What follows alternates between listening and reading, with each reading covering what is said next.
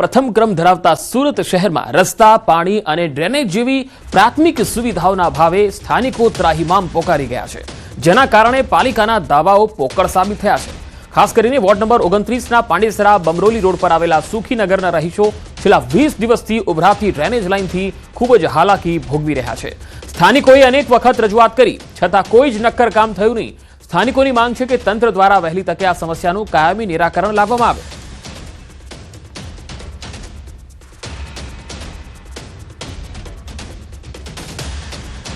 ભાવનગરના બગદાણામાં નવનીત બાલધિયાને માર મારવાના કેસમાં મોટા સમાચાર આવી રહ્યા છે। આગામી 6 તારીખે જયરાજ આહિર સહિત અન્ય 4 લોકોની જામીન અરજી પર મહુવા કોર્ટમાં સુનાવણી થવાની છે। નવનીત બાલધિયાને માર મારવાના કેસમાં એસઆઈટીએ જયરાજની ધરપકડ કરી હતી। ગત 25 જાન્યુઆરીના રોજ મહુવા કોર્ટે જયરાજ આહિરને ભાવનગર જિલ્લા જેલ હવાલે કર્યો હતો।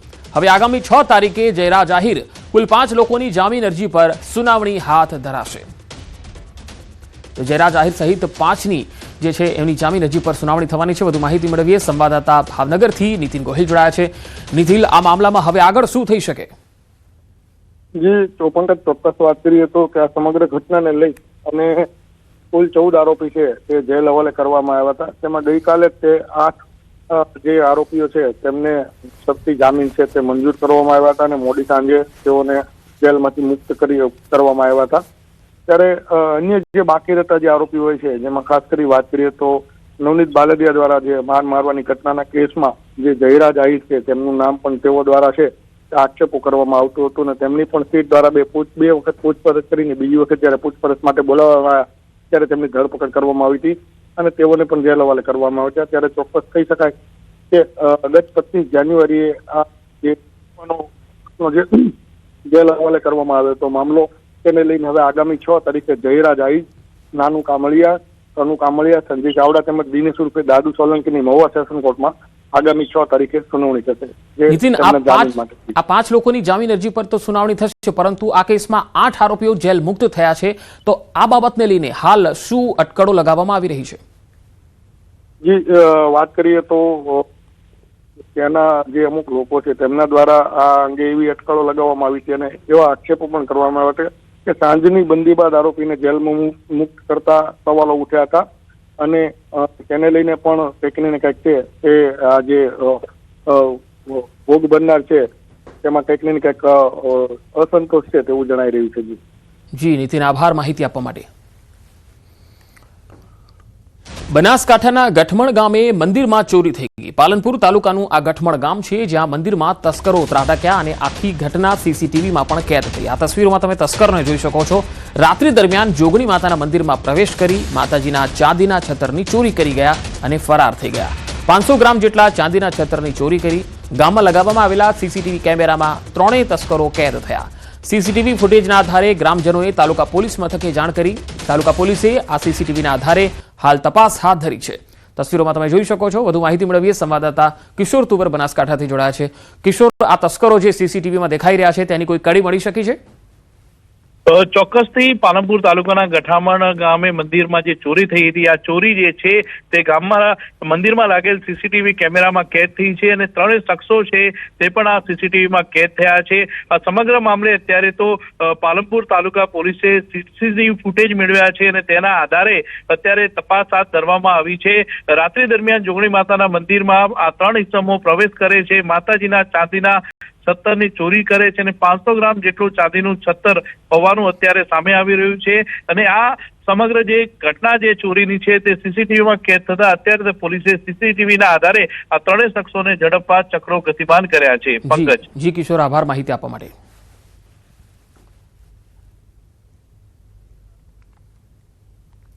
રાજકોટના ગોંડલ ચોકડી નજીક માલધારી ફાટક પર સોમવારે સાંજે વંદે ભારત એક્સપ્રેસ ટ્રેનની અડફેટે 2 યુવકોના મૃત્યુ થઈ ગયા અને 1 ઘાયલ છે।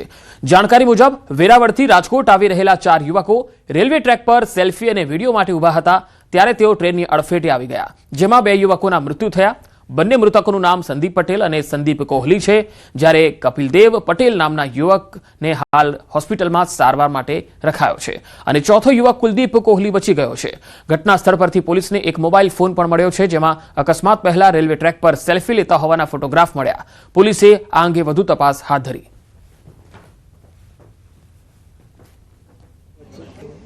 जा रहे थे फोटो वोटो सेल्फी खींचते ही रेलवे पे हमने भी बोला, उसने बोला कि चलो खींच लेते हैं। वो खींचने लगा तब तक सामने से ट्रेन आ गई अचानक। फिर उसके बाद वो ट्रेन आई, हम लोग इधर उधर पड़े थे।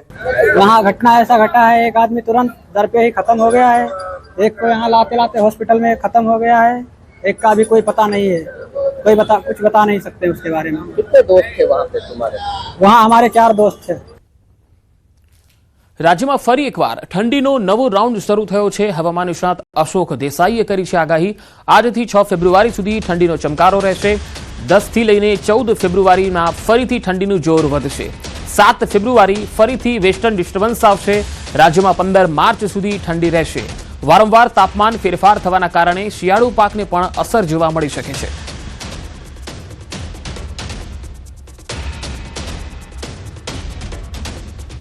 तो तारीख सुधी ठंडीनो जोर चालू रहेशे। एना पछी पाछो एक जे जेट स्ट्रीम छे एमां जे ब्रेक छे ओछो थाय छे, एटले 10 तारीख सुधी ओछी रहेशे ठंडी। अने 10 थी पाछी 14 तारीख सुधी पुनः एक पश्चिम विक्षोभ बीजो आवी रह्यो छे, एना कारणे पुनः फरीथी ठंडी पड़शे अने एमां 3 डिग्री डाउन थवानी संभावना छे। परंतु ठंडीनो जोर जे छे એ આ વખતે માર્ચના 15મી સુધી લગભગ ચાલુ રહેવાની શક્યતા છે, કારણ કે જે લાલીનો છે એનું જોર માર્ચ મિડ પછી ઓછું થાય છે અને અલ્નીનોનો પ્રવાહ જે છે એ ચોમાસામાં ચાલુ થવાની શક્યતા છે। છોટાઉદેપુર જિલ્લાના શેરડી પકવતા ખેડૂતો માટે એક સમયે આશીર્વાદ સમાન રહેલી સરદાર સુગર ફેક્ટરી આજે 1800 ખેડૂતો અને કામદારો માટે અન્યાય અને સંઘર્ષનું કેન્દ્ર બની છે। વર્ષ 1998માં ખેડૂતોને આર્થિક રીતે સદ્ધર બનાવવા સ્થાપવામાં આવેલી આ ફેક્ટરી 2008માં બંધ થઈ ગઈ। ફેક્ટરી બંધ થતા એક તરફ બેંકનું મોટું લહેણું ઊભું થયું અને બીજી તરફ 1800 સભાસદ ખેડૂતોના કરોડો રૂપિયા અટવાઈ ગયા। બેંકે લહેણા માટે ફેક્ટરી પર કબજો મેળવી તેને ખાનગી વ્યક્તિને વેચી દીધી। સરકારની શરત હતી કે ફેક્ટરી ફરી શરૂ કરાશે, પરંતુ ખાનગી માલિકે ફેક્ટરી શરૂ કરવાને બદલે જમીન અને મશીનરી વેચવાનું શરૂ કર્યું। આ બાબત સામે ખેડૂતોમાં ભારે રોષ જોવા મળ્યો। પોતાના પૈસા મેળવવા ખેડૂતો એકજૂથ બની ફેક્ટરી પર પહોંચી અને વિરોધ નોંધાવ્યો છે। ખેડૂતોના જણાવ્યા મુજબ તેમણે અનેક વખત રજૂઆતો કરી, આજ સુધી કોઈ નક્કર નિર્ણય કરાયો નથી। ખેડૂતોની માંગ છે કે સરકાર તાત્કાલિક હસ્તક્ષેપ કરી તેમના હકના પૈસા વ્યાજ સહિત ચૂકવે, નહીં તો આવનારા સમયમાં ઉગ્ર આંદોલન કરવામાં આવશે। 2007માં એ બંધ થઈ અને એ ઘણું ખોટું થયું છે। અત્યારની હાલતમાં ખેડૂતોને સુગર જો હોત તો ઘણો ફાયદો થાત અને બહુ લાભ થાત। પાણી હવે આવ્યું, તે ટાઈમે પાણી નહોતું અને સુગર હતી, અત્યારે પાણી છે અને સુગર નથી। 2009ની સાલથી 1800 ખેડૂતોના પૈસા જે બાકી જે છે તે બાકી પૈસાનું આજ દિન સુધી કોઈ પણ પ્રકારનું ચૂકવણું થયેલ નથી અને એ પૈસા સેન્ટ્રલ કોઓપરેટિવ બેંકમાં જમા છે અને જમા હોવા છતાં પણ ખેડૂતોને શા માટે આપવામાં આવતા નથી તે અમારો મુખ્ય મુદ્દો છે। અમારા ખેડૂતોના 1800 ખેડૂતોના 11 કરોડ ને 67 લાખ રૂપિયા મુદ્દલ જે તે સમયના અમારા બાકી છે। હવે એ પૈસાને લીધે અમારા 1800 ખેડૂતના કુટુંબો, અમારી પરિસ્થિતિ એવી છે કે જે તે ટાઈમથી અમારા પૈસા જ્યારથી નહીં મળ્યા ત્યારથી અમારી બેંકો અમારાથી ભરાતી નથી। બેંકોના અમે લોકોની પાસેથી પૈસા લાવીને વ્યાજે લાવીને ઉથલામાં આવે છે, નથી અમારા છોકરાને પૂરતું શિક્ષણ અપાતું કે અમારી નથી ખેતીમાં બજારમાં કોઈનું અમારાથી પૈસા અપાય નથી। ખેતીમાં પણ અમારે ખૂબ અમે પાછળ પડેલા છે। રેલવે મંત્રી અશ્વિની વૈષ્ણવે વર્ષ 2026-27ના બજેટમાં ગુજરાત માટે રેલવે ક્ષેત્રે કરાયેલ જાહેરાતોની માહિતી આપી। આ વર્ષે ગુજરાત ડિવિઝનને ઐતિહાસિક 17,366 કરોડની ફાળવણી કરવામાં આવી। હાલ ગુજરાત ડિવિઝનમાં 1,28,000નું કામ ચાલુ છે। આ સાથે ગુજરાતમાં 87 નવા રેલવે સ્ટેશનનું નિર્માણ થઈ રહ્યું છે। રાજ્યમાં દોડતી ટ્રેન લાઇનનું 100% વિદ્યુતીકરણ પૂર્ણ કરવામાં આવ્યું। 2027માં પહેલી બુલેટ ટ્રેન દોડશે, ઉપરાંત અનેક બીજી નવી ટ્રેન પણ આ નવા બજેટમાં શરૂ કરાશે।